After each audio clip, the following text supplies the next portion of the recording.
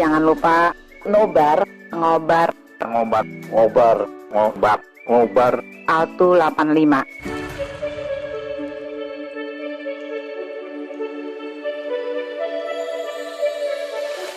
Oke. Assalamualaikum warahmatullahi wabarakatuh. Waalaikumsalam. Waalaikumsalam. Ya, selamat sore teman-teman semua. Mudah-mudahan sehat-sehat semua. Terus juga tadi kelihatannya banyak berita ya di grup ya. Ada teman kita yang sakit, ada juga yang meninggal gitu ya. Aduh, rasanya gimana ya, sedih gimana gitu ya. Sementara keluarga kita juga ada yang kena ya. Jadi akhirnya ada beberapa teman juga kasih masukan, ayo dong Bud gitu, ngobar Altu tentang COVID gitu. Jadi coba kita utarakan di hari ini ya, bagaimana rasa kekhawatiran kita ya. Mungkin kita bisa sama-sama nanti mencegahnya seperti apa gitu setelah kita tahu dari penyintas COVID. Ada 2 orang yang hadir di sini, yaitu teman kita Rina Herawati dan Zakia Talib ya, Ibu Dokter Zakia Talib ya. Tadi aku manggil dokter nggak boleh, ya, panggil aja nama gitu ya. Tapi kayaknya udah ini nih, udah kebiasaan. Oke, baik. Sebelum kita mulai, terima kasih sekali lagi kehadiran teman-teman semua di sini. Nanti kalau ada pertanyaan seperti biasa, tolong di raise hand ya, diklik yang reaction. Di sini ada reaction, diklik. Nanti ada pilihan angkat tangan ya, raise hand. Nah, nanti diklik aja itu. Jadi saya bisa kelihatan siapa yang mau bertanya. Dan sebaiknya sih pada saat bertanya tolong dinyalakan kameranya, jadi kita tahu. Dan pada saat ini juga sebenarnya pengennya sih dinyalakan, jadi biar kita tahu ya, lama soalnya teman-teman kita nggak kelihatan gitu. Oke, baik, sedikit saya sampaikan mengenai 2 orang yang hadir di sini. Yang pertama itu Zakia Talib ya. Zakia Talib itu ini sebagai dokter hadir di acara Ngobar Altu 85.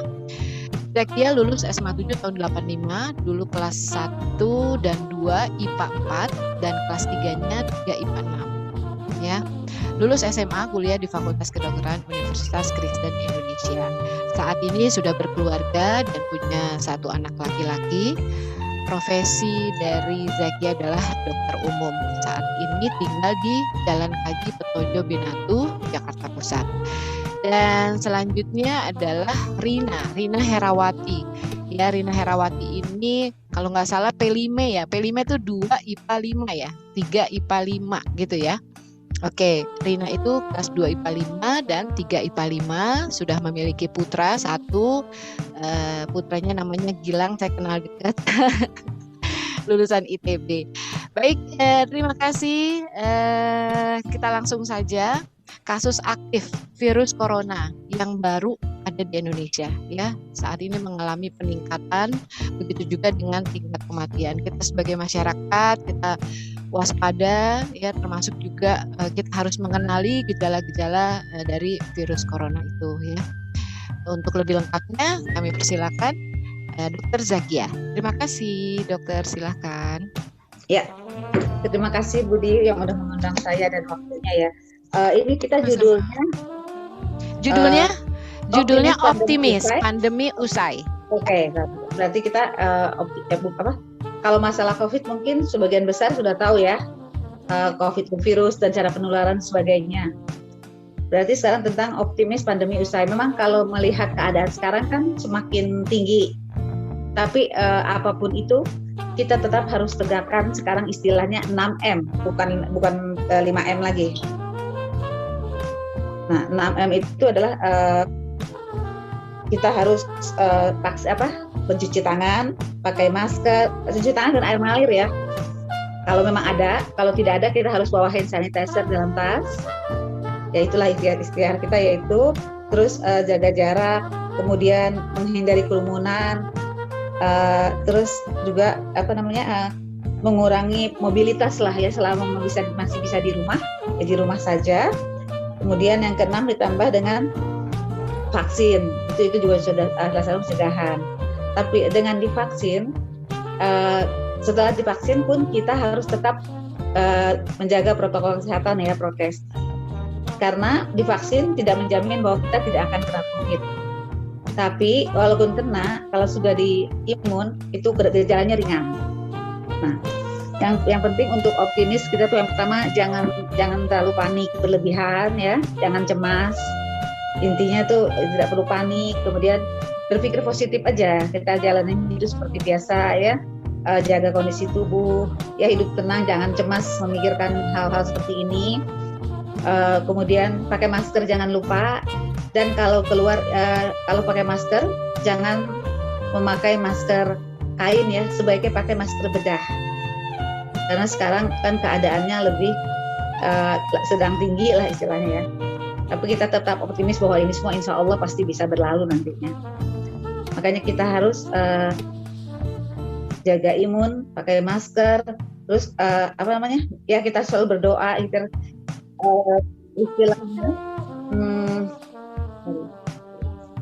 istilahnya menjaga kondisi tubuh. Itu artinya aktivitas seperti biasa ya, maksudnya seperti biasa dalam rumah. So, kita kalau pagi itu kita usahakan kita berjemur kena matahari, kemudian ya olahraga sebisa kita lah. Kadang kita mengikuti YouTube atau sepeda statis dan sebagainya. Pokoknya sekarang ini sebisa mungkin di rumah kecuali yang urgen ya. Kemudian konsumsi makanannya yang benar. Jadi tubuh kita fit. Yang perlu dikonsumsi itu sebenarnya dalam konsumsi itu adalah vitamin C, D, dan zinc. Sekarang tuh banyak yang obat-obatan yang mengandung 3 itu, jadi cukup 1 obat.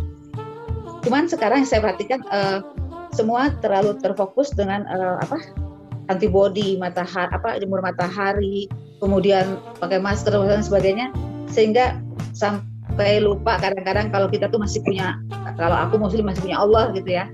Nah, itu kita juga harus, maksudnya kita harus juga berdoa, jangan hanya ikhtiar dan berdoa. Saya pikir sama di agama-agama pun sama. Kita tuh ngadepinnya memang dan terlalu kadang-kadang suka baca berita ya yang isinya hoax. Nah, itu bikin orang cemas. Itu juga saya pikir nggak perlu lah ya. Kita perlu tahu yang penting kita tuh yang penting kita tahu menjaga 6M tadi. Kemudian ya aktivitas seperti biasa. Kalau memang perlu ada keperluan boleh keluar, tapi dengan protokol yang ketat gitu loh, yang dengan menggunakan masker bedahnya jangan masker kain. Kemudian kalau mau pakai masker kain, masker bedah dulu baru pakai masker kain ya. Karena sekarang saya lihat orang resepsi baju dan masker jadi satu. Itu kan masker kain ya. Nah, dalamnya dilapis dengan masker bedah. Jangan masker itu aja. Hindari kerumunan itu aja. Dan kita harus menumbuhkan sendiri ya rasa optimis itu gitu dengan pengetahuan tentang virus, tapi jangan buat asumsi yang berlebihan. Yang seperti saya bilang tadi, kadang itu membaca terus daripada berpikirnya ada parno gitulah sebagai macam. Kita harus tetap positive thinking. Meskipun pada keadaan sekarang ini ya maksudnya pada saat sekarang saya bicara aja nih, jujur ya, sepupu saya sedang di ICU, baru saja pakai ventilator baru dapat kabar. Tapi tetap kita harus optimis. Kita nggak tahu ya. Itu segitu dia keluarnya kalau penting. Selebihnya dia kerja dari rumah. Tapi bagaimanapun, apapun keadaannya, jangan lupa intinya pokoknya jangan panik lah ya, tidak perlu berpikir berlebihan. Terus jaga kondisi tubuh kita aja, itu yang pentingnya, jaga kondisi tubuh kita. Terus jangan stres, hidup tenang seperti biasanya. Dan ya kalau saya sih ya perbanyak ibadah lah. Segala sesuatu ada hikmahnya. Kalau dulu mungkin kita sibuk, termasuk ya kalau dulu kan kita sibuk ya pagi-pagi pulang. Nah sekarang ya dengan adanya COVID ya, jadi lebih banyak waktu di rumah. Ya lebih banyak waktu juga untuk ngurus ibu. Jadi hikmahnya ada, dan intinya ya cuma itu aja sih. Jalanin aja, makan yang benar. Vitamin juga nggak usah berlebihan, tapi asal kita makannya benar, sayur buah itu nggak masalah. Kecuali kalau mau ditambah vitamin C, vitamin D kalau kita berjemur matahari kita sudah dapat. Nah itu. Dan vitamin C kalau makan buah-buahan juga sih sudah dapat. Baik, Ya.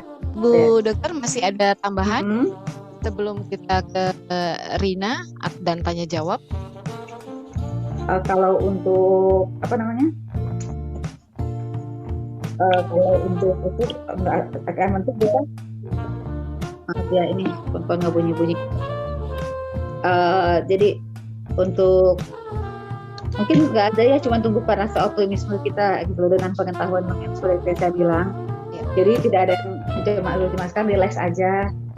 Artinya kalau kita diam di rumah dan memikirkan itu akan jadi. Kalau kita imun kita berpikir terus, memikirkan terus, imun kita akan turun dan jangankan virus ya, bakteri pun bakal gampang masuk. Jadi kalau optimismenya ya hanya itu, tindakan antisipasinya hanya itu, dan vaksin. Jadi termasuk sekarang 6M dengan vaksin. Oke, baik, terima kasih Bu Dokter Zakia. Sebelum kita buka tanya jawab, saya mau ke Rina dulu nih. Di mana ya Rina? Oke. Rin, kalau ya mungkin sebut itu kan tadi saya cerita. Suara Budi kedengeran, tapi gambar hilang. Oh ya, berarti sinyal di tempat Rina. Iya. Oke. Betul. Gimana Bu Dokter, Bu Zakia? Enggak, maksudnya tadi kan yang saya ceritakan itu optimis pandemi usai itu kan secara keseluruhan. Kalau sebagai penyintas sih, ya hampir sama sih. Saya tidak, maksudnya nggak terlalu khawatir. Yang waktu itu khawatirnya karena saya masih badan panas, masih merawat ibu. Tapi alhamdulillah dicek serumah ibu saya negatif. Sudah bersyukur banget deh. Terpaksa isolasi diri sendiri di belakang. Gitu aja ya. Padahal kondisi ibu sudah sepuh ya kan? Iya, sudah sepuh ya kan. Tambah lagi kondisinya tidak yang muda gitu kan, pasti. Iya, betul. Harusnya secara logika mudah sekali terserang secara logika ya. Tapi ternyata Allah memberikan hal yang lain ya kan? Iya, itu. Hikmahnya Allah kasih, alhamdulillah. Iya, betul. Oke, selanjutnya kita ke Rina kali ya. Rin, boleh nggak cerita dulu? Jadi ini kita sebetulnya tadi apa yang disampaikan Dokter Zakia, jadi kita memang harus optimis pandemi akan usai ya. Nah, kalau ngobrol sama Rina, sebenarnya kita jadi penasaran gitu. Mungkin sebenarnya sama aja. Kalau nggak salah, tadi Bu Dokter Zakia juga bilang Zakia penyintas COVID juga ya.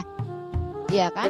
Jadi bisa juga sharing ke kita gimana sih pertama kali di swab gitu ya, terus tahu apa ada gejala atau enggak gitu. Nah ini mungkin sedikit kita ke belakang mengenai itu. Dimulai dari Rina dulu kali ya. Silakan Rin. Oke, Rina silakan. Pertama waktu itu karena ada yang ngajakin buka puasa ya, ngajakin buka puasa, terus juga nggak ngerasa enak gitu, takut. Badan kan lagi drop, aduh kayaknya takut juga ya kalau kena biar aman tunggu dulu deh gitu. Terus swab sendiri, kita swab ke rumah sakit. 1 jam kemudian jawabannya reaktif. Itu kaget, iya pasti, karena hand sanitizer selalu di kantong kan. Kalau pergi-pergi ada tempat cuci tangan, sabun pasti didatengin duluan gitu. Jadi makanya tadi nanya ya berapa lama sampai kena dari terpapar sampai panas gitu. Karena terus otaknya sampai sekarang juga mikir kena di mana ya gitu. Saat di mana, kenapa kok bisa kena gitu. Tapi kan nggak bisa protes. Itu kan udah ketetapan Allah, terus kena gitu, harusnya jejak. Jadi ya makin lah kayak gitu, ikhlas, pasrah, walaupun sedih, nangis, ya tapi jalanin aja. Tuh, terus apa? Waktu bilang positif kan disuruh tes PCR, dibilang positif, ya itu bengong, sempet bengong. suruh dirujuk ke Wisma Atlet. Lihat aja karena besok Bisa lanjut ya, Rin? Oke. apa ya? Tadi habis sampai mana? Diajak ke Di Wisma Atlet. PCR ya. Diajak ke Wisma Atlet. Iya, dirujuk. Jawabannya kan tadinya PCR 3 hari kemudian ya jawabannya gitu. Tahu-taunya jangankan 3 hari, besok paginya udah ditelepon sama dokternya. Ibu saya rujuk ya ke Wisma Atlet. Bengong aja. Shock. Udah pasti shock. Terus nggak boleh di rumah ya gitu.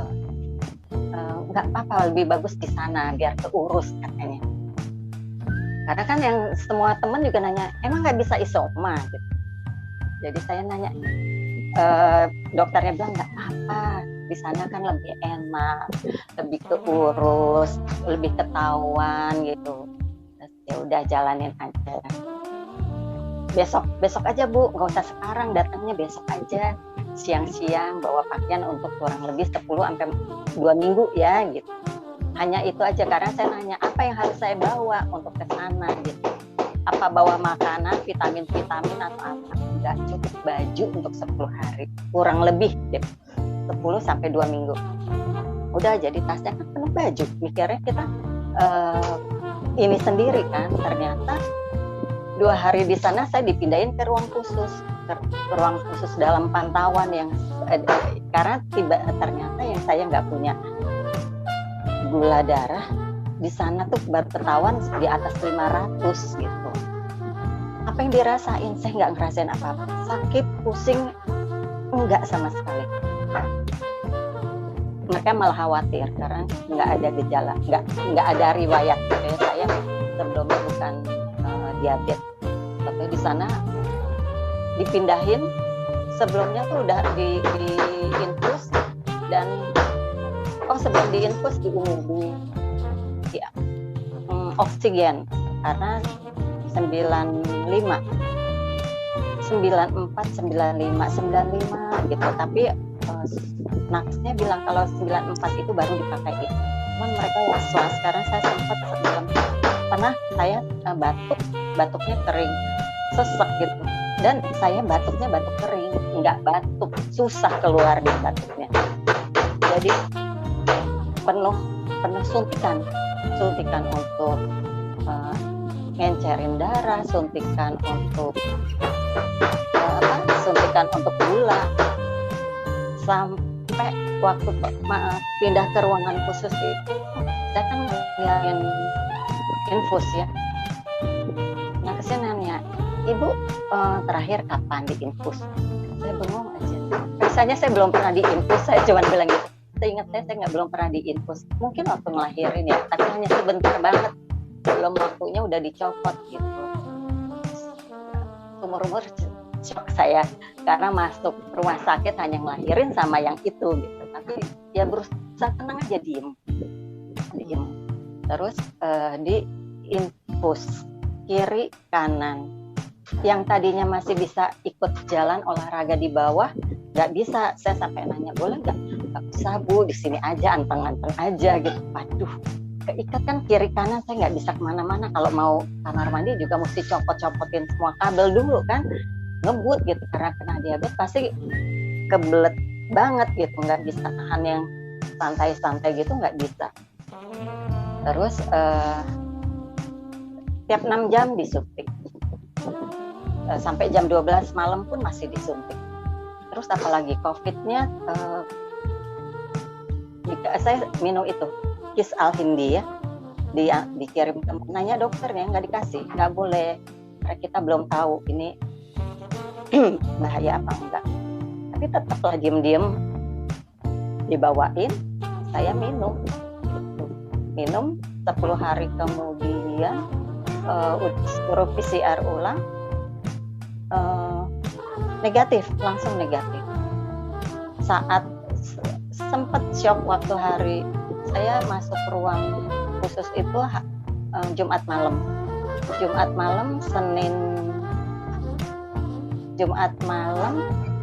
Seninnya saya dibilang ronsen lagi dari yang waktu baru datang udah ronsen, torak segala, hari Seninnya, hari Minggunya udah dibilang tuh flek, sudah ada flek, udah ke paru. Saya kan orangnya telat, panasnya telat, jadi dengerin aja dokter ngomong. Maksudnya saya tanya gitu, ya udah sampai paru bawah, udah ada flek, udah ada kabut. Saya saat itu lagi makan jadi diem. Begitu dokternya, rombongannya itu 10 orang pergi, udah dong saya mulai dong berebes mili yang nggak tahu mesti gimana, mesti cerita ke siapa tuh nggak tahu. Mikir udah ke paru, aduh ya Allah gitu. Perjalanan kan bisa aja berhenti di sini kalau kondisi drop, karena masih pindah ke ruangan itu masih santai-santai. Saya masih nanya, kalau masuk ke sini kan saya masuk ke situ karena harus terapi insulin. Kalau udah terapi insulin saya bisa keluar biasanya berapa lama sih gitu, nanti malam atau besok pagi ya keluar, pindah ke ruangan lagi. Ibu, si nakesnya bilang, ibu baru juga datang udah nanya pulang keluar dari sini, gimana sih gitu. Aduh, saya betul-betul yang nggak mikir, nggak nyangka gitu. Ternyata 8-9 hari saya di ruangan itu yang betul-betul berbesmili bener. Seharian itu saya jadi makan, nyuap, ngapus air mata, terus buang ingus, terus telan makan lagi, berbes gitu ya, terus gitu sampai makan itu yang saya biasanya makan tuh nggak lama, itu bisa 1 jam, 1,5 jam. Kerjanya gitu, ngobrol atau baca chat atau apa, terus sambil ngapus, buang ingus, terus gitu, minum. Seharian itu saya cuma diem, terus ngomong ke kakak saya atau ngomong ke teman gitu, aku ada flek, drop banget begitu dibilang ada flek ya. Karena kok saya jarang dengar orang cerita punya flek apa enggak. Di antara bertiga, kakak saya, anak saya dan saya, yang 2 itu nggak masalah, nggak ada keluhan, nggak ada masalah sama sekali. Yang drop mislek banget badannya tuh saya, kena inilah, kena itulah, shock. Kok saya jadi kayak ini ya, kok lemah banget ya. Rasanya dulu saya superwoman deh ngerasanya. Kalau lagi ada bikin pesanan kue tuh bisa nggak tidur 24 jam lebih nggak tidur gitu, dan kuat-kuat aja tidur, akhirnya cuma 2-3 jam bangun lagi. Saya sekarang nggak kuat sama sekali, mau ngapain jalan aja saya udah ngos-ngosan gitu. Itu yang sempat bikin mewek itu. Tapi kalau ada nggak bisa dong gitu, masa emaknya sedih sih, kan mesti kasih semangat gitu. Paling aku bilang, aku belum dipeluk gitu. Saya cuma bilang, temenin ibu ini lagi butuh gitu ya, lagi butuh ditemenin. Anakku yang duduk ngambilin air panas atau apa ya, itu aja udah sangat. Terus aku duduk di samping kasur itu ya, cuman kebetulan sebelah kiri itu kaca dan rumah orang kan kelihatan. Cuman duduk di situ, suruh tegak, inget itu pelajaran yoga lah paling enggak, duduk tegak, ikhtiar, ikhlas, ngejalanin semua orang bilang zikir, salawat, itu nggak usah diomongin dari awal di rumah dimanapun, itu selalu kan bacaan hati kita kan. Tapi itu nggak bikin tidur. Dari 24 jam aku nggak bisa tidur, nggak lebih dari 5 jam. Jadi otaknya loading terus, mikir terus gitu. Kenapa bisa gini, kenapa bisa gitu. Terus kalau ada apa-apa ya, pokoknya udah bilang ke anakku, kalau ibu kenapa-napa, kamu udah tahu kan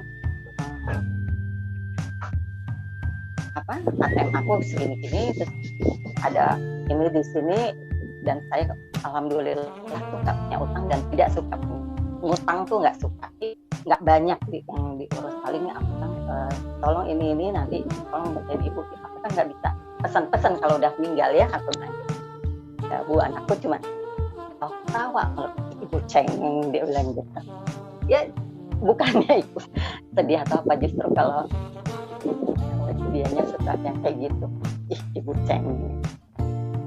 Jadi ya itu semangatnya, jadi harus sembuh walaupun sampai malam ya, kadang dokternya datang atau anak datang dengan hapus air mata, ya dok, ya gitu ya, jawablah pertanyaan.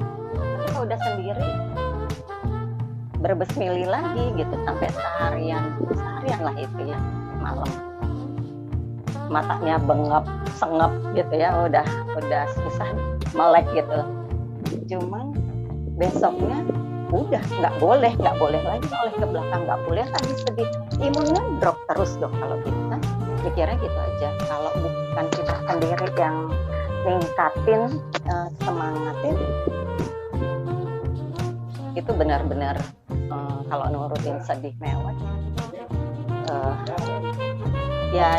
ya seperti itu gitu. Jadi pas ada yang telepon, ada yang saya nggak mau angkat, diamin aja, saya berusaha tidur, nggak bisa tidur sama sekali. Kan di HP ada itu Quran ya, baca, nggak nolong juga, tidur paling bisa hanya setengah jam, cuman merem terus melek. Akhirnya saya mikir kali kalau jadi pencipta lagu keluar tuh kata-kata puitis ya.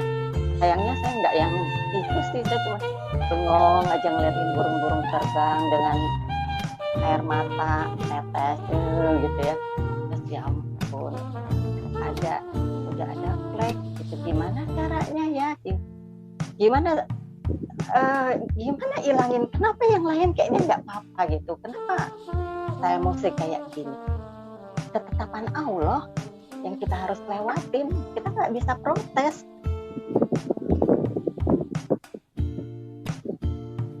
Kadang bertanya, ya Allah, begitu banyak cobaan yang kau berikan yang nggak ada hentinya gitu ya, semoga aku kuat ngejalaninnya, bukannya sampai kapan, enggak, semoga aku kuat dan Allah terus nemenin gitu, memang harus dijalani.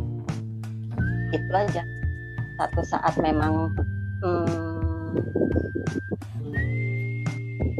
ya kalau ingat itu sedih memang. Kita kalau dengar sekarang yang kita kenal banget meninggal karena COVID, sedih memang. Waktu masuk ruang itu sebetulnya udah rasanya udah hilang sebagian rasa, nggak bisa ngomong deh ya. Terus itu jadi mereka pesennya makan, ibu dicek kan, tim gizinya selalu datang. Saya mikir kalau saya udah mewek, saya meweknya hanya per hari pertama, yang kalau kedua tiga kali ada yang nelpon ngobrol, saya pas nanya, saya nggak mau ngomongin balik lagi ke situ, ayo kamu yang ngomong dong, cerita dong gitu, jangan saya disuruh dengerin cerita saya, ntar pasti saya mewek lagi, saya nggak mau mewek terus gitu. Tutup udah yang kemarin, dan saya ngelawannya itu makanan karena saya kena diabetes kan, makanannya kan aduh ampun ya, harus dinikmatin, telen, nggak usah mikir enak nggak enak, nggak bisa nelen mual, itu hilangin semua, telen badan kita yang butuh melawan penyakit itu menurut saya ya. Jadi kalau mereka cek, ibu habis nggak? Kecuali nasi saya nggak habis, saya hanya setengah, saya bilang saya mau sembuh gitu, saya harus sembuh karena kan punya anak satu gitu ya, yang saya ingin nemenin sampai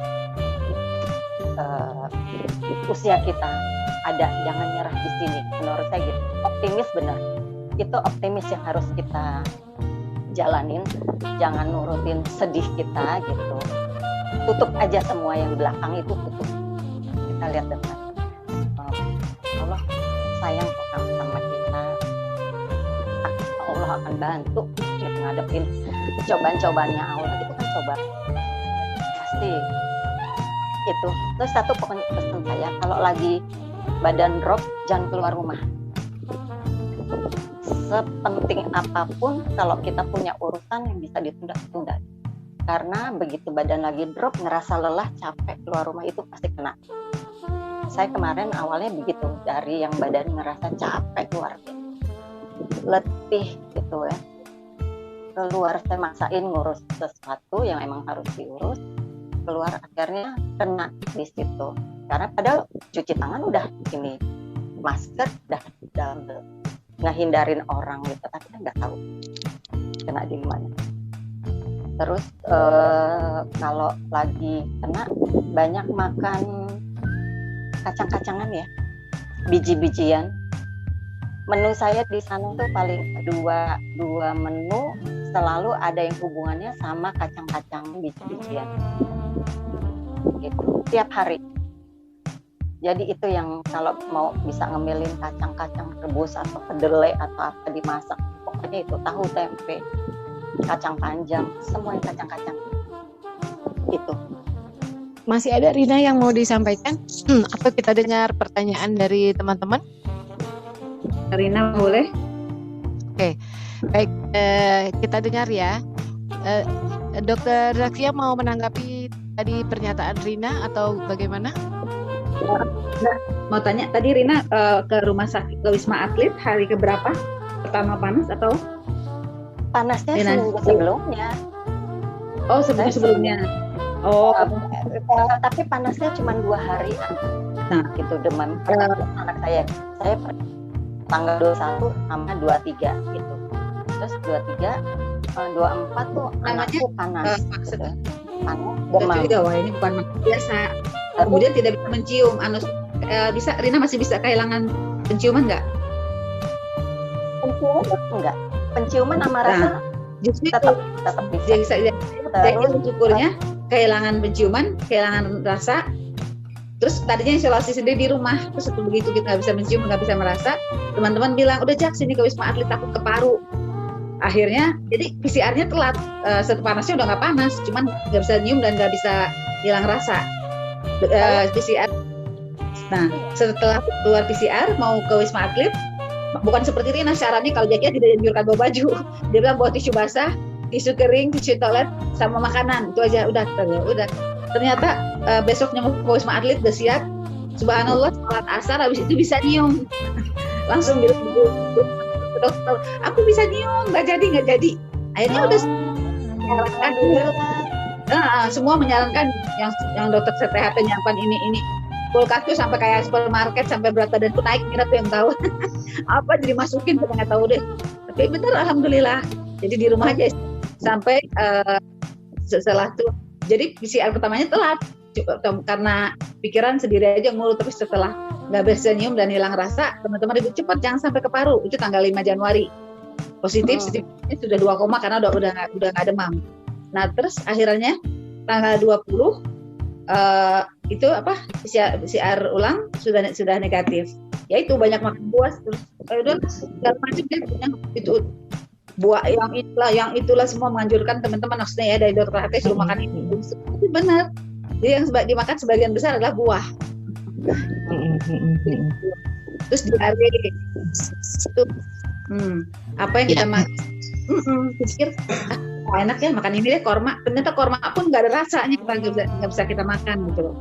Dari dalam waktu berapa lama sampai kayak nggak tahu kayak apa, bisa baju sempit semua karena konsumsi semua ya makanan. Yang penting selama itu usulnya buah, apa yang masuk akal ya diminum. Tapi kalau kayak buat yang mengeluarkan buat Cina itu minum. Tapi kalau buah ya setiap malam, setiap hari. Jadi kadang-kadang aduh udah kenyang, ini belum masuk perut, itu belum masuk perut. Udah antri ya makanannya, buah-buahannya tuh udah antri ya. Oke. Bu dokter, ya. Dokter, sorry waktu ketahuan reaktif kan suruh lapor ke puskesmas ya, ke puskesmas itu juga. Terus dokternya nanya, panas nggak, sakit kepala nggak, diare nggak, mual nggak, gitu kan, muntah nggak. Saya bilang semua udah lewat, itu minggu lalu.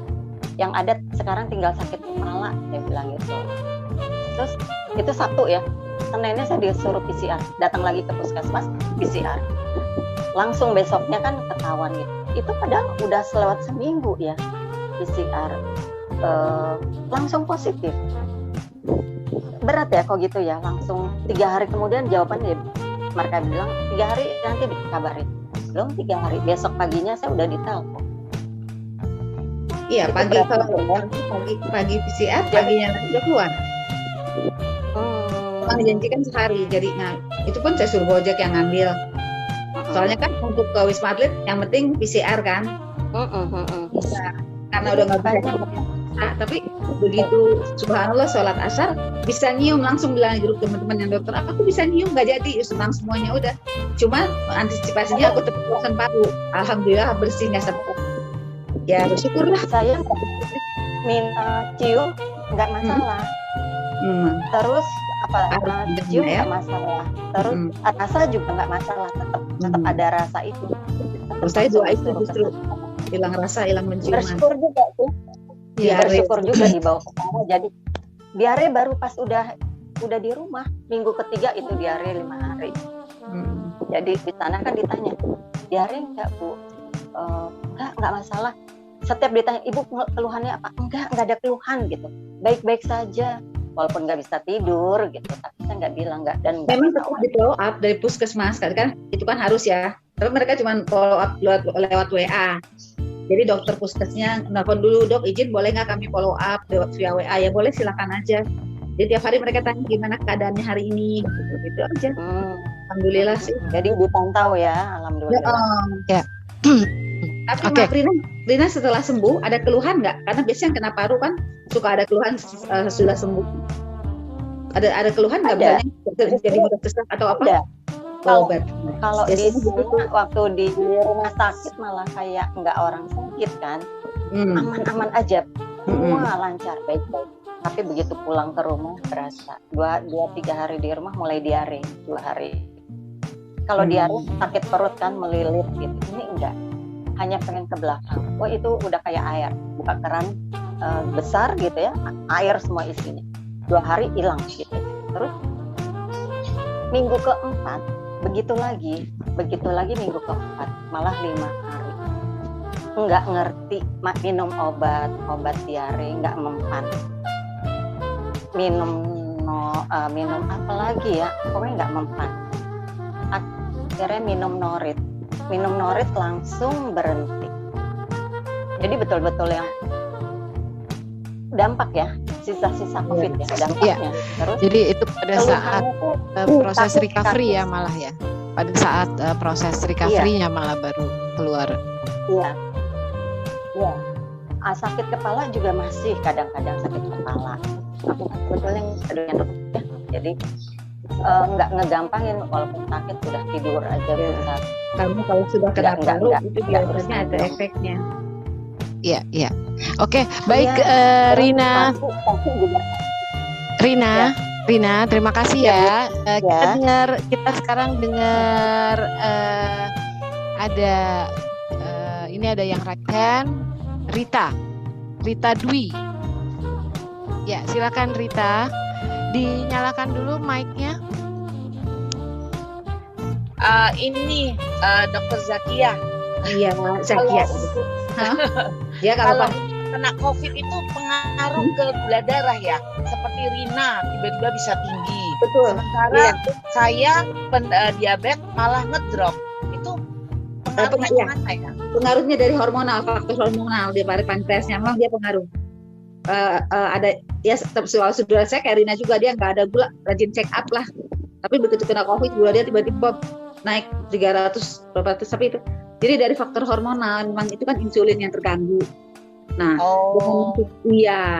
masuknya virus corona awalnya di paru pernafasan, akhirnya kan kena semuanya. Oh, ngaruh ke situ juga ya? Hormon, Iya, mengaruh ke situ juga ya? Iya, dari faktor hormonal. Terus yang ngedrop itu juga karena hormon juga bisa ngedrop. Iya, hormon karena produksi istilah kita tuh pankreas yang memproduksi insulin tuh. Nah itu di situ kena terganggu gitu loh. Jadi Oh, ya, mm-mm. beda-beda ya. Beda-beda. Oh, baik. Iya. Terima kasih. Terima Zakia. kasih. Terima kasih Makasih. Rita. Kita coba baca chatting ya Bu Zakia sama Iya, iya, Rina. Mm-mm. Oke, ini ada pertanyaan dari Desi. Dokter praktik di mana? Tadi saya ada cerita, saya resign dari rumah sakit. Sekarang saya cuma di rumah, praktek merawat ibu, praktek di rumah ya. Tapi saya nggak pasang tulang, cuman ya Pak RT, Pak RW sering kemarin lah kalau ada warga yang sakit. Jadi begitu aja. Karena ibu saya nggak bisa ditinggal, meskipun ada yang ngerawat, makanya saya waktu itu apalagi ya ibu saya sudah baru operasi pasang pacu jantung yang kedua, dan yang kedua ini nggak berhasil seperti yang pertama, jadi hanya tempat tidur gitu loh, kondisinya turun naik lah begitu, jadi di rumah aja prakteknya. Baik, selanjutnya dari Desi, city value berapa pada saat itu, Rin? Nggak dikasih tahu. Nggak dikasih tahu ya. Iya. Saya kan sempat nanya kan, terus kalau di sana dia bilang kalau udah negatif keluar itu ya udah nggak keluar yang detailnya gitu, kayak mereka bilang gitu. Oke. Selanjutnya dari Ninin, aku juga sudah pernah COVID sekeluarga. Dan Wawan bilang, ayo dong cerita dua narasumber ini ya buat usul nih. Oh, oke. Siapa aja tuh? Dua narasumber tuh siapa aja? Cerita Halo. dong Ninin. Oh, oke Ninin, silakan Ninin. Ya, assalamualaikum. Makasih Ada Budi. Nisa, ada Hendar juga kan? Iya, banyak di sini. Rita juga kan? Iya. Oke. Ya, silakan Ninin. Ya, assalamualaikum. Selamat sore semuanya. Terima kasih ya Budi. Saya cuma mau share aja sama biar optimis ya. Setuju sama Dokter Zakia sama Rina. Kita harus optimis. Saya bertiga sekeluarga pernah COVID. Sebenarnya gini aja sih. COVID itu sebenarnya nyerang mental saya sih. Jadi apa ya? Bete banget gitu loh. Kayak yang aduh aku COVID nih, wah bisa ini lah gitu-gitu loh. Apalagi sekeluarga kan, saya suami sama anak. Nah terus saya lawannya dengan gini, semua makan, saya seminggu di rumah. Habis itu karena nggak turun-turun, saya masuk rumah sakit. Nah di rumah sakit itu saya lawan banget. Jadi semua makanan, semua obat dari dokter saya makan. Setiap saatnya matahari ada, saya buka jendela, saya jemur, terus saya olahraga. Saya kan nggak pinter baca Quran, saya bawalah Quran, saya baca terus sampai khatam. Jadi semua tuh saya lawan, saya optimis bakalan bisa sembuh. Ternyata saya cuma 5 hari udah sembuh. Gitu. Jadi maksudnya saya setuju sama Dokter Zakia. Kita tetap harus jaga, juga nggak boleh biarpun vaksin nggak boleh jumawa gitu ya. Oh udah vaksin nih, justru harus lebih hati-hati. Nah begitu kena, jangan drop, tapi hadapin gitu loh. Saya terbalik, gula saya memang agak tinggi kan sekeluarga. Saya tuh 200 sekian. Pas saya kena COVID malah 100, jadi malah normal, malah 100 sekian. Mungkin juga dikasih obat gula atau makanannya di luar kan saya makannya ngaco gitu kan. Kalau di rumah sakit kan tempenya direbus, semuanya tuh makanan direbus semua. Mungkin pola hidup saya yang harus diubah. Jadi buat teman-teman, saya tuh janji ya pas saya pulang naik ambulan, saya tuh nangis karena ya Allah ternyata saya tuh masih diberi kesembuhan. Itu penyakit yang menakutkan semua orang kan. Saya janji saya akan kasih semangat buat teman-teman kalau mau curhat. Jadi kalau pokoknya lawan aja gitu loh. Lawannya itu makanannya dokter. Pokoknya apa yang dokter bilang tuh turutin. Jangan yang aneh-aneh, sayur buah.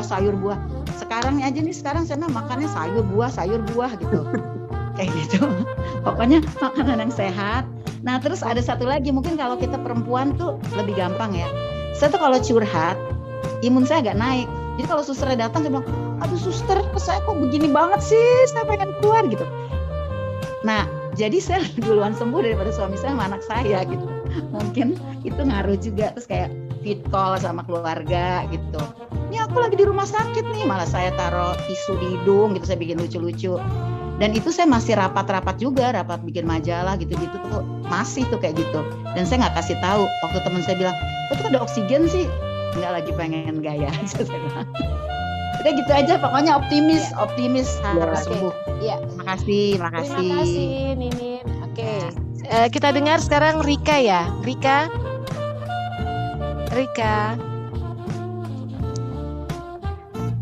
Ada Rika ya, Rika Devian.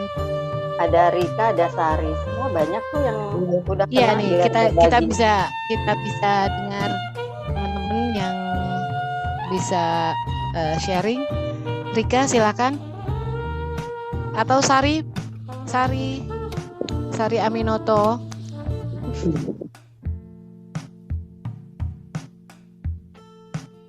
Oke, masih kita tunggu. Kita dengar, oh ya, Agus Prayitno juga pernah Bud katanya. Oke, silakan Om Agus. Om Agus.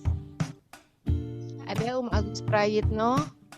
Banyak ya sebetulnya ya, Bu Dokter Zakia. Ya. Jadi pandemi ini memang kalau tadi saya mengambil ya. Nah, siapa Sorry. Iya, siapa ini? Om Agus. Om Agus, ya, Ya. silakan Ya. Om Agus. Ya, silakan Om Agus. Ya, kalau pengalaman saya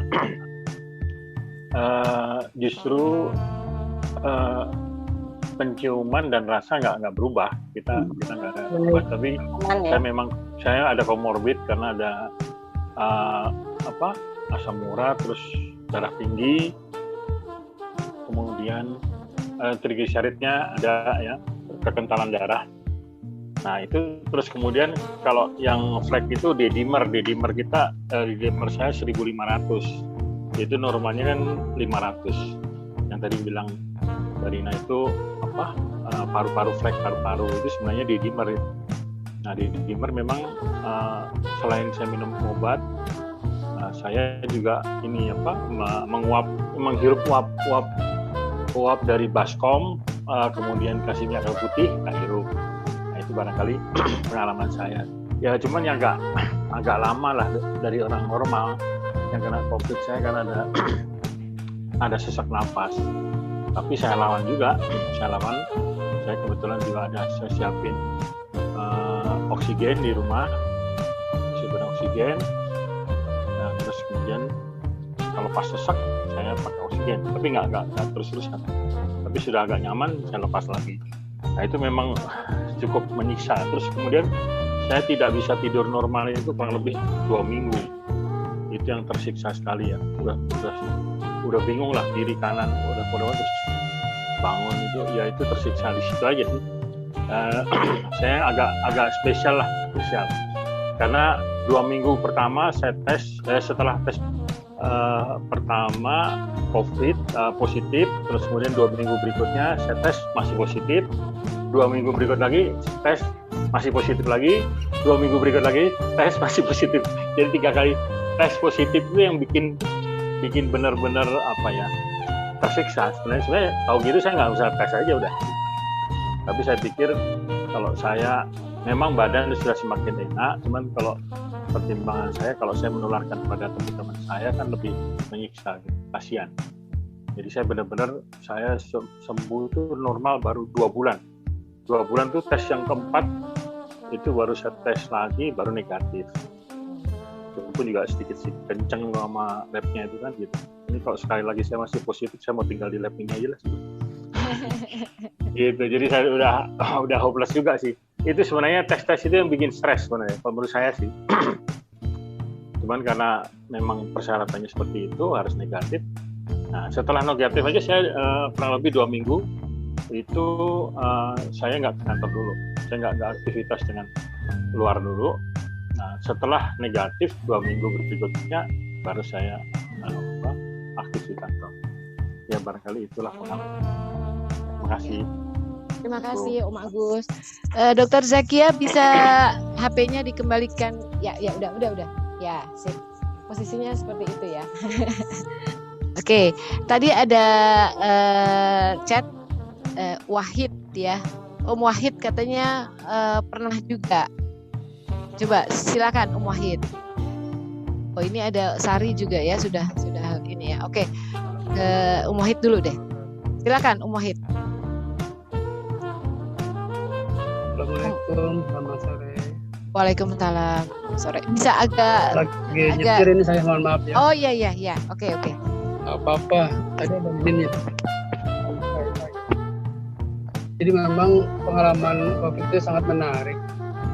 Artinya orang yang sudah COVID pasti akan memberikan informasi pada yang belum supaya jangan mengalami COVID. Kenapa? Memang tadi satu pihak itu adalah tergantung imun kita ya, iman kita juga.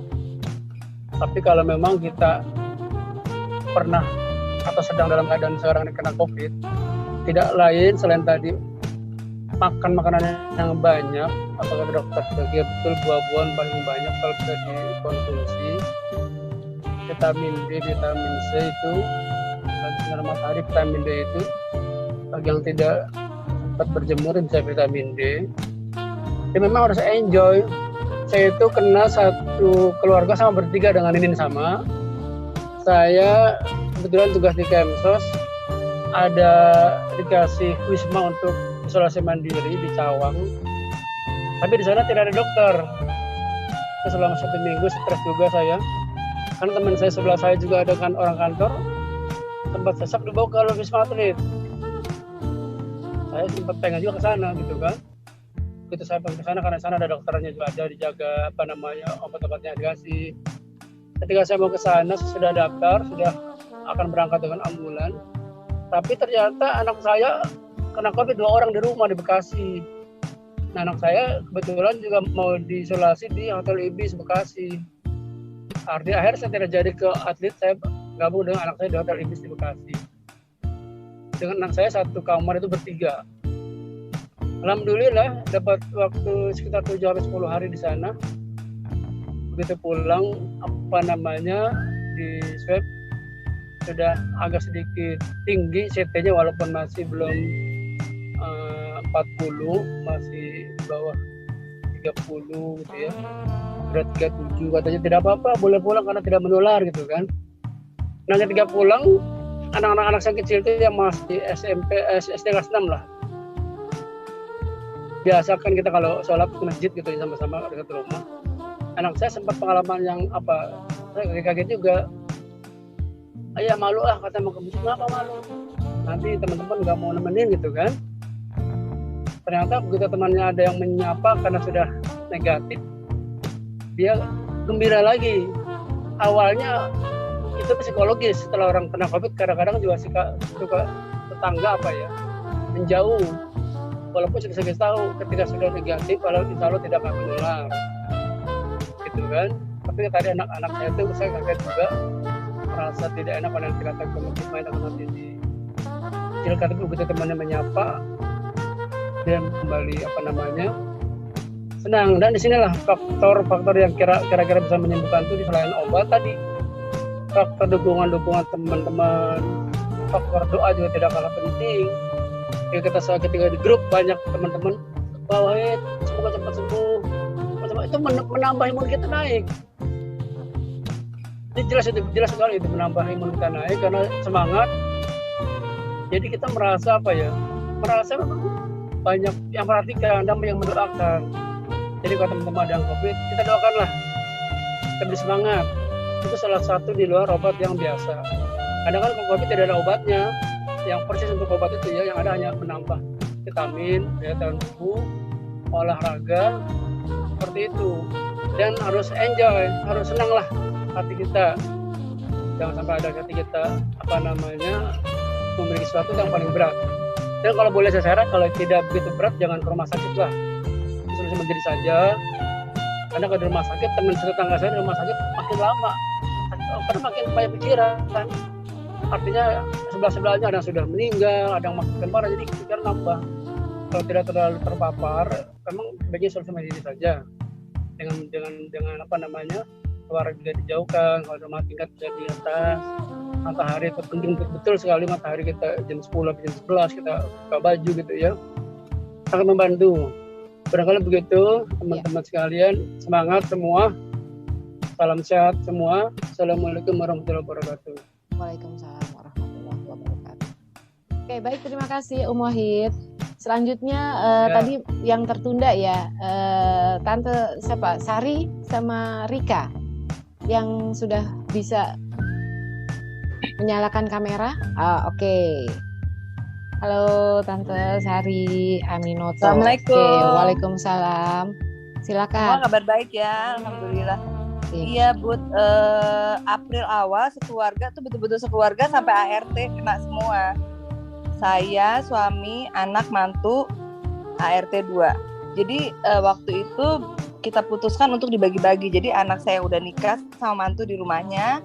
Saya berdua, anak saya bungsu di sini. ART saya kirim ke Wisma Atlet.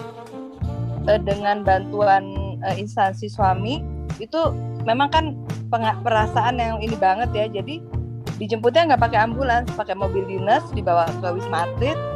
Terus mereka masuk di sana dan memang nyaman. Jadi mempercepat proses negatifnya ya. Kayaknya sih sama ya sama teman-teman semua, bahwa perasaan yang nomor satu, dan itu rasanya agak sulit kalau dipengaruhi sama orang lain ya, karena semua balik ke kita sendiri gitu. Jadi paling kita ya bantu doa dan rasanya susah juga ya mempengaruhi. Biarpun kita udah semangatin, kalau yang bersangkutan nggak mau, nggak ngefek gitu kayaknya. Jadi paling kita cuma bisa supply yang kita bisa aja, kasih makanan terus kayaknya rada susah ya menyemangati, karena saya ngerasain sendiri suami itu disemangatin nggak bisa, jadi dia ngedrop banget gitu. Jadi kalau kayak anak-anak kan bisa kita marahin ya, kalau suami kan nggak bisa ya. Jadi paling saya kasih makanan aja, pokoknya buat makanan taruh depan dia, kalau dia nggak mau makan saya bilang udah buang aja gitu. Paling kita cuma bisa gitu, tapi balik ke karakter masing-masing pada akhirnya kayaknya gitu deh. Jadi ini sih singkat aja, karena sebetulnya pengalaman sama aja ya semuanya. Memang yang dihantam itu perasaan, kemudian dia mempengaruhi imunitas. Obat dari dokter mesti kita makan. Mestinya sih memang kita nurut kata dokternya, cuma kadang-kadang kalau saya mesti kita sesuaikan juga dengan masing-masing individu gitu, karena kadang-kadang ada juga yang dari dokter maunya gini, cuma kalau saya pikir kayaknya nggak cocok nih ya. Kalau bisa kita atur-atur sedikit selama nggak terlalu mencong dari nasihat dokter sih rasanya masih nggak apa-apa ya gitu. Pada akhirnya kita setelah 10 hari PCR lagi udah negatif semua, alhamdulillah. Jadi April awal sampai pertengahan, habis itu udah alhamdulillah udah sehat lagi. Thank you Bu, teman-teman semua, semangat sehat selalu. Alhamdulillah, terima kasih. Sari. Assalamualaikum. Waalaikumsalam. Oke, wah ternyata banyak juga ya teman-teman yang penyintas COVID. Ya mudah-mudahan kita semua diberikan kesehatan ya. Tetap yang terpenting adalah yang tadi Dr. Zakia bilang ya, pertebal keimanan ya. Oke, baik, sekarang kita dengar, kita baca lagi chat. Mau tanya dong, bukan. Paling akurat swab test, oke, itu dari Zakia. Sekarang dari Ahmad Rizal, mau tanya dong dok, saya pekerja yang harus bertemu dengan banyak orang sebagai teknisi, suplemen apa yang cocok buat imbangi tubuh untuk imunitas di tubuh selain 5M protokol kesehatan? Thanks dok. Ya. Udah ya? Ya. Ya, jadi pada dasarnya sama aja. Kalau sering keluar, cuman saya menyarankan kalau bertemu banyak orang, sebaiknya maskernya pakai masker N95 ya. Jadi supaya aman karena dia setiap hari kan bertemu dengan klien, dan dia juga seharusnya kalau yang seperti itu harus biasanya divaksin lebih dulu. Belum divaksin belum? Sudah. Oh sudah, ya udah. Ya, kalau udah paling dibantu dengan masker, terus selalu bawa hand sanitizer, cuci tangan, dan kalau sudah divaksin bukan berarti tidak kena ya. Kalaupun kena ringan lah gejalanya. Jadi bisa dibilang lebih safe, dan untuk lebih safe lagi pakai masker N95 karena dia sering bertemu orang kan.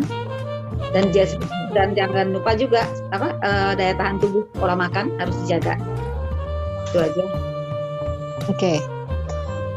Sudah jelas ya, Rizal? Sudah dok. Dok, mau tanya lagi tambahan boleh dok? Boleh. Di tubuh itu perbedaan vaksin antara Sinovac dan AstraZeneca apa ya? Soal kalau di tubuh saya terus terang saya 2 kali vaksin nih. Alhamdulillah dapat yang Sinovac. Nggak ada, dibilang reaksinya alhamdulillah nggak ada gitu dok. Kalau mungkin alhamdulillah mungkin daya tahan tubuh apa gula saya segala macam mungkin normal kali ya dok ya. Dok penjelasannya dok. Oh gitu, oke. Sebenarnya kedua-dua vaksin ini sih sebenarnya sama ya. Cuman malah kalau Sinovac bisa dibilang kurang dikenal kalau di luar ya. Kita kalau bepergian tuh biasanya yang diminta sama tergantung negara yang minta. Ada yang minta AstraZeneca, ada yang minta Pfizer dan sebagainya. Tapi memang di kita lebih karena si AstraZeneca pernah menyebabkan efek samping koagulasi itu sebenarnya sih itu tergantung orang ya. Di Sinovac juga ada yang kena. Tapi setelah isu itu beredar kan orang jadi pada takut dengan AstraZeneca. Orang lebih memilih Sinovac. Jadi beda, Sinovac itu kan vaksin virus mati yang dibuat untuk antibody. Kalau AstraZeneca itu kan virus yang dilemahkan. Gitu loh. Memang mungkin ada efek sampingnya, tapi efek sampingnya normal, yang sudah biasa. Gitu. Hasilnya ya kalau dibilang akurat sih secara ini WHO ya lebih akurat AstraZeneca kalau daripada Sinovac. Tapi kan kembali ke negara masing-masing seperti saya bilang tadi. Jadi AstraZeneca nggak ada masalah. Cuman pernah isu sebenarnya bukan di kita ya. Dulu ramai isu AstraZeneca ditarik karena menyebabkan koagulasi. Ternyata banyak pasien saya yang lansia usia udah 70-an, dia divaksin AstraZeneca, dia lupa, dia baru cerita, dok saya vaksin AstraZeneca, terus saya sempat tapi alhamdulillah nggak masalah, sampai sekarang dia udah selesai vaksinnya. Jadi perbedaannya sih sebenarnya hampir sama lah ya, dua-duanya tujuannya sama, memperkuat kita sudah memberi antibody gitu. Tapi untuk yang sudah kena COVID justru bersyukur karena kita udah punya antibody. Tinggal dicek aja antibody cukup nggak gitu. Maksudnya antibody tinggi, tidak perlu lagi divaksin. Nah, kan punya antibody alami maksudnya. Ya, Oke. ya. Terima kasih dok. Salam sehat semuanya. Ya, terima kasih Om. Terus ada pertanyaan gini, kalau udah pernah kena, apakah mungkin kena yang kedua? Kebetulan ini pengalaman dari teman saya, ada sampai 3 kali dok. Apa benar itu seperti itu? Benar. Kalau 3 kali saya tapi sudah pernah terkena, terus terkena lagi itu memang ada. Tapi biasanya kalau sudah pernah terkena di awal, terus dia terkena lagi, itu gejalanya bisa dibilang sangat ringan karena dia udah punya antibody. Tapi kalau sampai 3 kali, nah sampai 3 kali saya nggak ngerti deh apa memang dia kerja di rumah sakit atau bagaimana. Tapi seharusnya ya bisa jadi sih, cuman gejalanya ringan karena dia udah pernah pertama dia kena itu kan dia udah punya antibody. Jadi kalau kena lagi itu gejalanya ringan sekali. Iya sih, dia bilang katanya ya sampai yang ketiga tuh dia udah biasa aja gitu. Ya, positif memang, tapi ya gue sih nggak ngerasain apa-apa. Karena sudah punya antibody alami. Tapi itu berdasarkan penelitian SARS-CoV yang dulu ya, pertama biasanya antibody itu bertahan katanya 3 bulan. Jadi setelah 3 bulan cek lagi antibody saya, kalau memang udah turun baru vaksin gitu. Oke. Terus kalau untuk yang komorbid gunanya vaksin jadi gimana tuh dok? Jadi gini, komorbid nggak masalah divaksin. Biasanya sebelum vaksin kan nanti tidak ditanya, ada data yang harus kita isi, kita ada alergi apa enggak, kemudian kita ada komorbid enggak atau penyakit apa. Nah nanti dokternya akan mengarahkan gitu. Mungkin yang punya kelainan darah, pembuluh darah atau apa, mungkin akan disarankan ke Sinovac jadi dokternya akan mengarahkan sesuai dengan komorbid yang dia punya. Kalau gula dan sebagainya dia cek dulu dalam keadaan gulanya normal, nanti baru divaksin. Dan sebelum divaksin jangan lupa harus cukup tidur, istirahat harus cukup juga, makan juga yang benar, karena kalau enggak efek sampingnya bukan hanya lemas ngantuk, tapi bisa jadi demam ini kalau terlalu lagi kondisinya lagi capek. Jadi harus fit. Ya. Oke. Baik, selanjutnya masih ada pertanyaan? Oh ya, silakan Benyamin. Nah, tadi kan sebelum mulai udah tanya nih. Boleh sekarang dilanjut. Halo, Benyamin.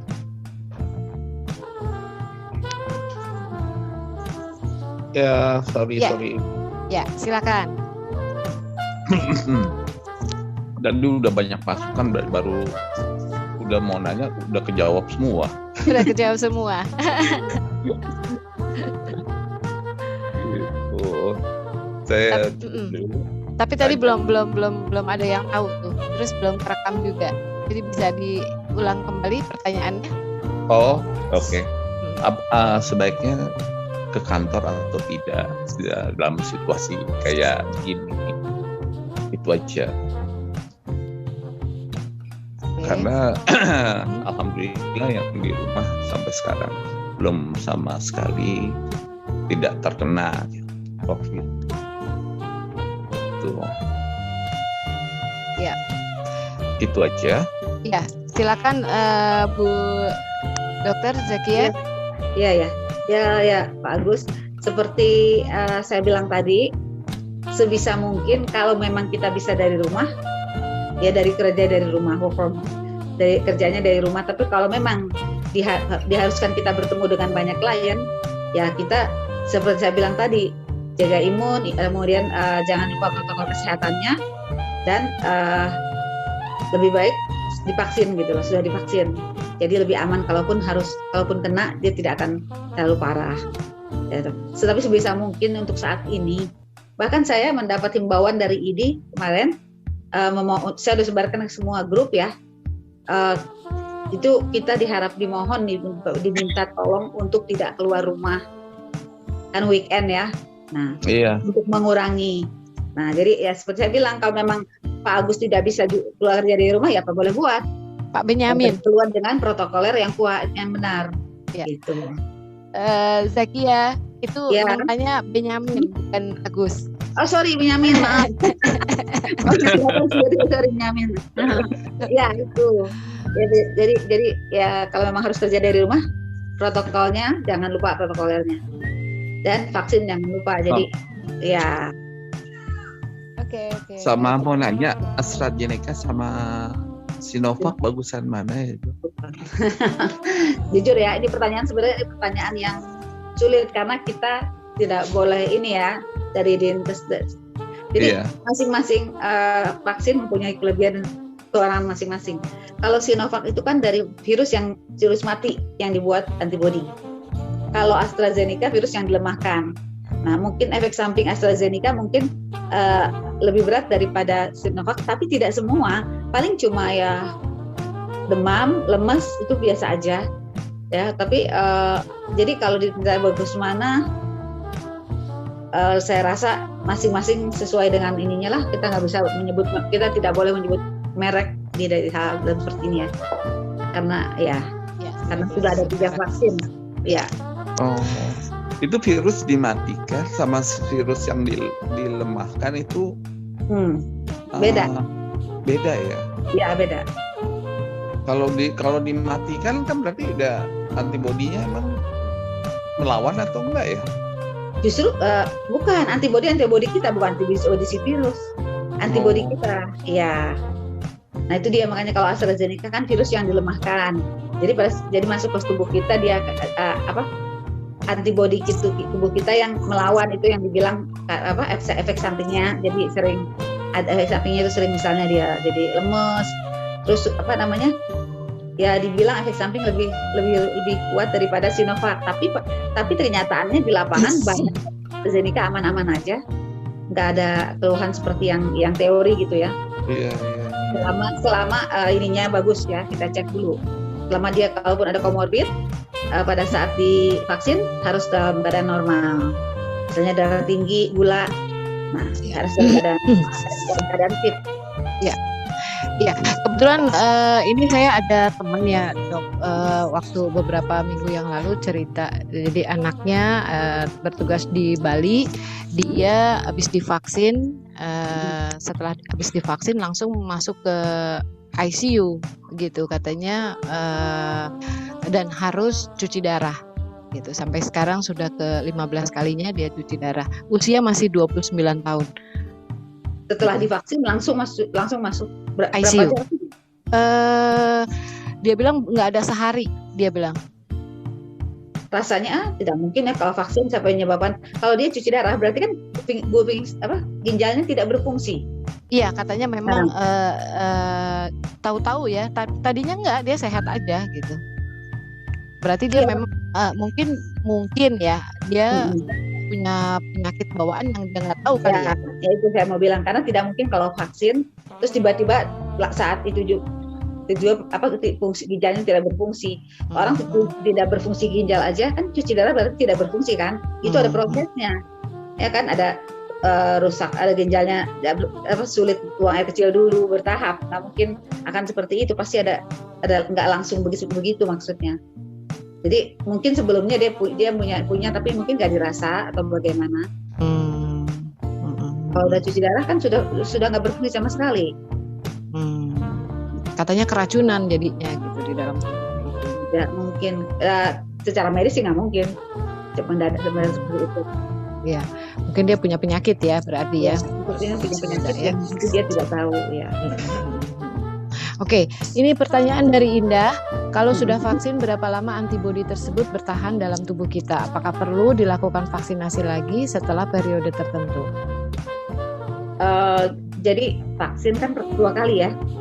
Setelah 2 kali vaksin, sekarang sih belum ada ya. Cuman nanti mungkin lanjutannya akan ada kalau memang memungkinkan ya. Booster istilahnya, booster tuh jadi cuma vaksin kan kita divaksin punya antibodi kan, booster itu hanya untuk penguat. Karena vaksin itu kan sampai sekarang vaksin ini kan vaksin pertama ya, jadi secara nggak langsung bukan seperti vaksin polio, vaksin difteri yang kita sudah tahu gitu kan. Ini vaksin semua merek apapun ini vaksin pertama. Jadi untuk berapa lamanya masing-masing berbeda. Tapi sampai sekarang sih kita masih yang kedua. Booster itu memang harus tapi belum ada, ke arah sana belum ada. Mau dilanjutkan nanti pakai booster atau tidak belum ada. Dan bertahan berapa lama juga kita belum bisa bilang berapa lama. Karena memang dari literatur semua juga vaksin ini vaksin pertama belum ada ketentuan yang baku ya seperti vaksin lain yang sudah ada. Oke. Ya. Selanjutnya dari Nusa, tanya dong dok, kalau penyintas antibodi biasanya bertahan berapa lama? Oh, saya sudah bilang tadi. Jadi berdasarkan pengalaman SARS-CoV yang dulu ya, berdasarkan dulu pernah kan kita istilahnya MARS itu SARS-CoV-1, sekarang kan kedua. Jadi kita berpatokan ke SARS-CoV yang pertama yaitu selama 3 bulan. Tapi sebaiknya kalau saya menganjurkan setelah kena kan antibodinya diperiksa tinggi, misalnya bagus 3 bulan, periksa aja dulu lagi. Kalau memang tinggi ya nggak perlu vaksin kan. Tapi kalau memang enggak ya baru vaksin. Gitu. Antibodi ya. Lalu dari Rizal mau tanya lagi dok, mengkonsumsi obat yang mengandung aspirin apa nggak boleh divaksin dok? Bisa minum aspirinnya karena apa dulu? Aspirin dia minum aspirin karena apa? Dia berarti minum aspirinnya rutin kan? Coba Rizal nggak bisa jawab, Rizal nggak bisa berjawab? Ya kan. Izin waktu saya belum vaksin kan saya di screening dulu kan. Sedang mengkonsumsi aspirin apa gimana, ada penyakit apa di mana?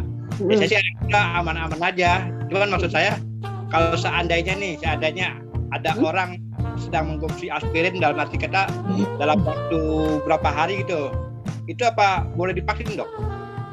Dalam arti kata mungkin dia kepala pusing apa kolesterol apa gimana? Jadi bukan konsumsi rutin hanya untuk seperti itu.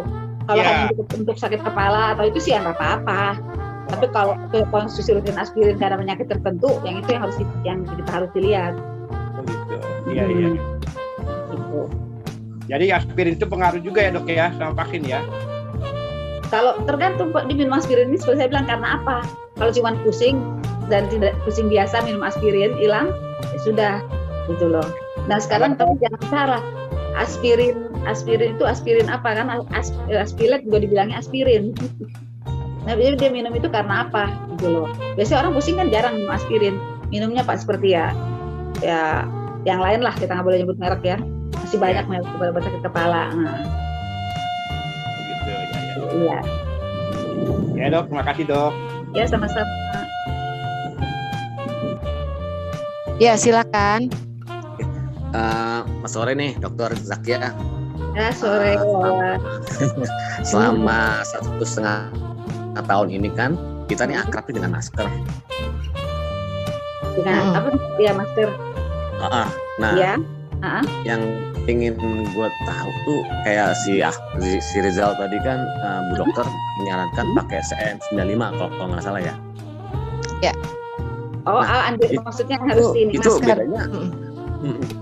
Itu bedanya penggunaan jenis-jenis masker itu bagaimana, Dok ya?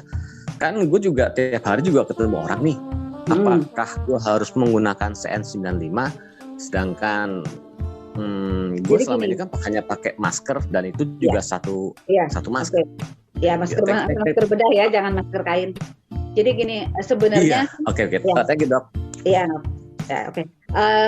Kalau memang pakai masker bedah ya kalau bisa 2 lapis lah ya. Karena sekarang yang seperti saya bilang tadi, yang tipe Delta sudah masuk ke kita dan itu kita hanya berpapasan saja bisa menular gitu loh.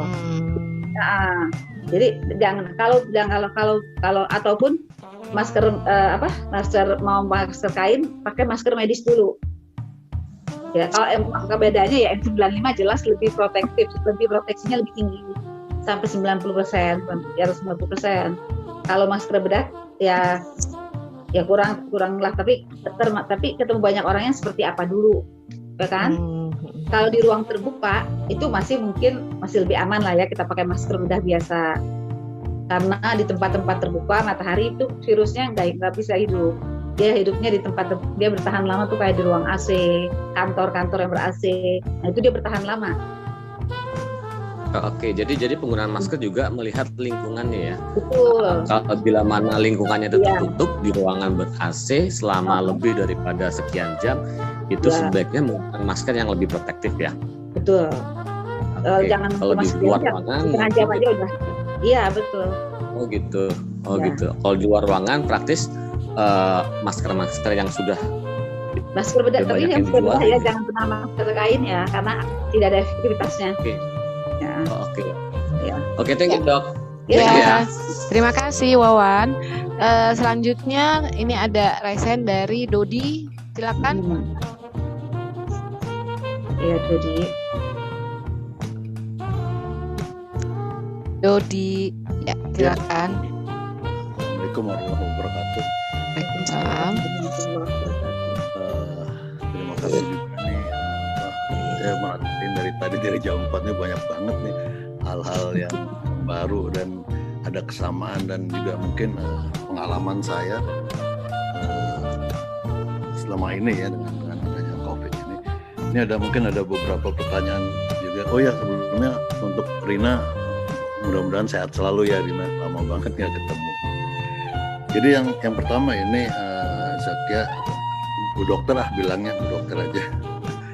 Nama lu apa-apa. Memang yang pertama ini saya punya om saya waktu itu kena COVID ya, kemudian dirawat, kemudian kita kasih dirawat di rumah sakit, tapi setelah berjalan 2 mingguan gitu, sampai akhirnya dinyatakan udah negatif gitu. Tapi begitu dinyatakan negatif, jadi nyerang yang lainnya sampai akhirnya akhirnya wafat yang meninggal gitu karena tapi COVID-nya sih udah ini, tapi katanya itu dampak dari COVID itu. Ini kasus paling banyak ya. Jadi dia sudah COVID-nya hasil swab-nya PCR-nya sudah negatif. Tapi virusnya sudah merusak paru, itu sebagian besar kejadian. Jadi sudah negatif, tapi paru-parunya sudah terlanjur COVID-nya sudah menyerang paru, dan walaupun sudah mati, tapi paru-parunya sudah terlanjur rusak lah istilahnya. Karena paru-paru itu organ tubuh yang paling tidak bisa kembali normal. Makanya saya bilang kalau yang kena paru setelah sembuh biasanya suka ada keluhan. Banyak ini kasus yang banyak nih. Salah satunya contohnya kayak saya Alin itu begitu. Yang ini ya, saudara saya juga seperti sama, sudah negatif, bahkan sudah senang, sudah mau pulang kan, tapi karena parunya sudah terlanjur ini, walau virusnya udah negatif, tetap di akhir ujung-ujungnya dia akhirnya meninggal karena paru-parunya sudah nggak bisa. Iya, ya. Jadi pada waktu itu memang waktu itu kita sarankan apakah dikasih vitamin dosis tinggi gitu ya, tapi nggak kan ada tuh dari yang Jepang itu ya ini. Cuman waktu itu kita juga belum sempat ngasih gitu, tapi udah keburu meninggal. Tapi pokoknya memang dokternya cuma bilang ya ini udah dampak dari COVID. Iya, berarti dengan parunya udah rusak parunya. Ya juga kali ya, Zakia ya gitu ya. Kenapa? Kan faktor usia juga ya, usianya kan udah 70-an waktu itu yang. Oh, apalagi faktor usia 70-an. Yang muda aja seperti itu kok. Sepupu saya dia ya sama karena paru-parunya sudah terlanjur rusak. Jadi pada saat meninggal sudah negatif, tapi paru-parunya dia sudah nggak bisa balik.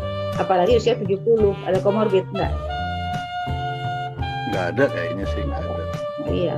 Ada karena orang usia ya seperti ibu saya lah ya, orang yang banyak tidur, orang tua itu dengan dia banyak tidur, dia akan menyebabkan pneumonia kalau dia nggak dibantu dengan duduk. Tidur terus juga tidak boleh. Apalagi makanya usia tua lagi, usia muda pun kalau sudah kena paru-parunya agak sulit. Iya. Terus ini yang kedua ini saya alami sendiri, yang lihat sendiri atau apa ya, analisa sendiri. Jadi memang sekarang kan udah bukan 5M lagi ya, 6M ya. 6M, betul.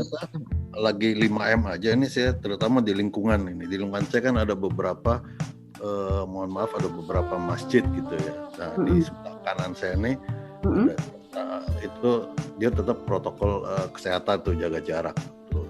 Terus ada lagi satu yang setengah-setengah, tapi ada juga yang sudah tidak menjaga jarak gitu. Pernah saya datang ke yang tidak menjaga jarak itu di RW tertentu gitu, karena dekat rumah. Saya kaget juga dengan kondisi seperti itu, tapi alhamdulillah saya itu selalu pakai double masker atau apa yang pakai N95 itu ya. Pokoknya masker bedah nggak Pak? Pokoknya Pak kalau. Ya itu, jadi itu juga pengalaman dari karena saya harus mobile kan, harus tetap keluar rumah gitu pekerjaan.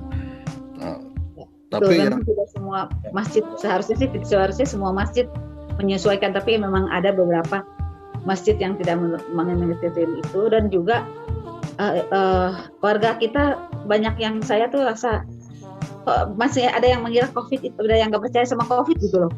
Itu kayaknya capek edukasinya jam 12 malam. Saya kan dipanggil jam 12 malam. Saya itu pasien dari keluhannya apa? Pak keluarganya datang dampingi Pak RW kan. Keluar ke arah sana. Oke, saya datang dengan menggunakan APD dan saat saya periksa sudah meninggal kan. Nah, kita telepon ke ini 112 bagian itu. Nah, itu di saat itu aja itu berkerumun. Jadi setelah pasien dibawa jam 2 malam, saya masih harus cuap-cuap. Maksudnya jaga jarak, tapi mereka tetap aja kayak nggak ada apa-apa. Jadi gimana ya, nggak ngerti saya edukasinya. Kayaknya orang kita tuh kurang apa ya? Itu agak sulitnya di situ.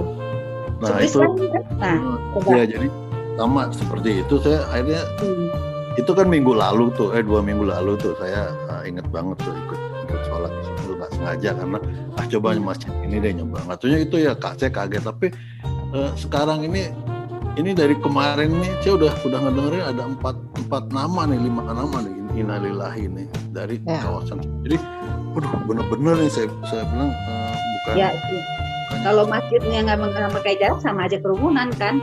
Ya. Apalagi kalau orang cuma pakai masker kain kan. Iya, nah ini udah nggak ada ini sendiri, untuk syafnya sendiri nggak ada ini, seperti biasa aja gitu.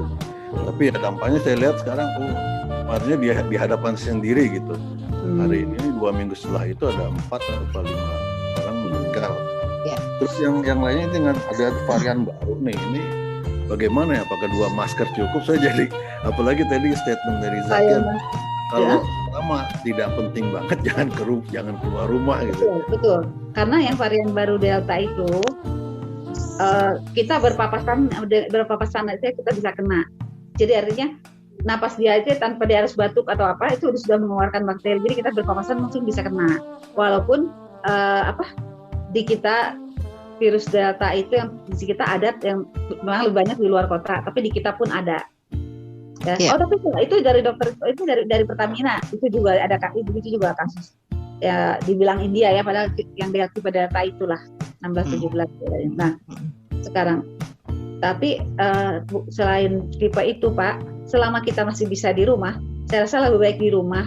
Di rumah kita bisa, selama bisa kita kerja dari rumah ya, melalui Zoom atau apa, itu kan sama aja kan, Kak, sama aja ibadah pun kita bisa dari rumah. Seperti Rina, saya dengan Rina ya Rin, kita kan ikut pengajian sekarang melalui Zoom. Iya. Kita berjalan gitu semuanya. Baik, kelihatannya waktu sudah semakin udah mau maghrib ya. Mohon maaf Dodi, pertanyaannya tidak bisa dilanjut karena sudah mau maghrib. Terus masih ada beberapa pertanyaan, sebetulnya ini ada yang raise hand, ada 2 orang lagi, terus juga ada di chat juga. Bagaimana kalau boleh konsultasi ke Zakia ya? Bisa dikasih nomor teleponnya Zakia? Boleh? Boleh ya. Jadi nanti kalau misalnya teman-teman ada yang mau tanya nomor Dokter Zakia, bisa tanya ke saya gitu aja ya. Tadi Nurjana Sungkar ya, Nurjana kan? Iya. Tadi Nana Sungkar. Oke. Baik, closing statement dari Bu Dokter silakan. Ya, closing statement dari saya ya kalau COVID-nya kita nggak usah omongin lagi deh ya. Yang penting kita harus optimis dari diri kita sendiri. Kalau saya sih ambil hikmahnya, kita banyak di rumah ya. Hikmahnya bisa lebih dekat dengan orang tua. Kita lebih banyak waktu ibadah ya. Sebenarnya tergantung kita jadi dan kita juga jangan, kalau kita ngikutin berita terus, apalagi kalau kadang berita itu hoax. Akhirnya kita stres sendiri kan. Akhirnya imun turun. Nah itu kan rugi gitu loh. Jadi kita jalanin aja hidup itu seperti biasanya gitu. Seperti biasanya aja, kita kalau pagi kita berjemur matahari, kita lakukan aktivitas apa yang bisa kita lakukan gitu ya. Tapi kalaupun harus keluar ya dengan prokes yang ketat, protokol yang ketat, itu aja. Jangan panik berlebihan deh pokoknya, jangan ya. Terus jangan kita harus tenang, jangan stres itu loh. Nggak perlu itu. Ya. Insya Allah yakin pasti bisa. Baik, jaga 6M itu ya Dok ya berarti ya. Pukulan yang diberikan pandemi memang membuat kita gelisah, parno ya kan, cemas gitu kan. Nah ini jangan sampai rasa gelisah itu memicu permasalahan yang baru jadinya kan. Ya stres itu. Nah stres itu akhirnya stres karena ketakutan, kecemasan gitu kan. Jadi yang perlu dilakukan oleh kita adalah pertebal iman ya kan, dengan mendekatkan diri kepada Yang Maha Kuasa ya.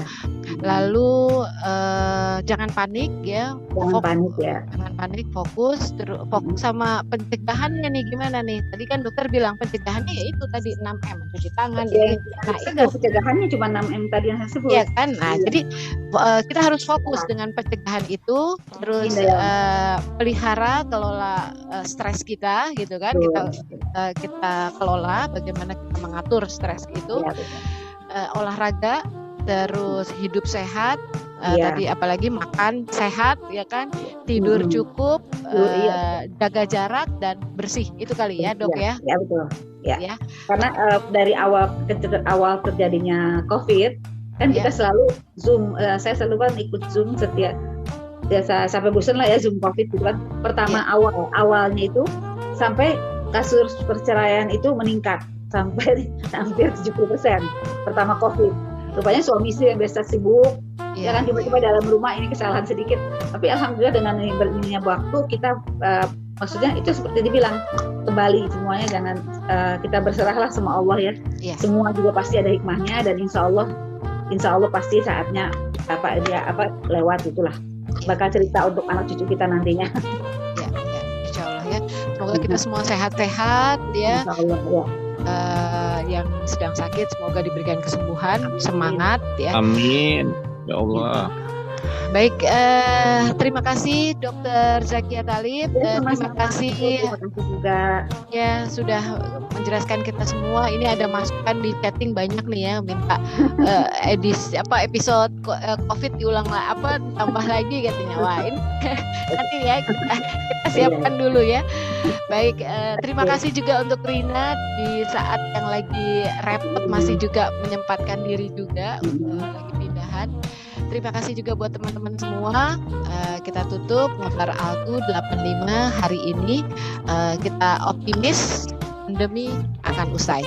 Wassalamualaikum warahmatullahi wabarakatuh. Terima kasih. Waalaikumsalam. Terima kasih Zakia. Terima kasih Budi. Terima kasih Budi, Dokter Zakia. Sehat selalu.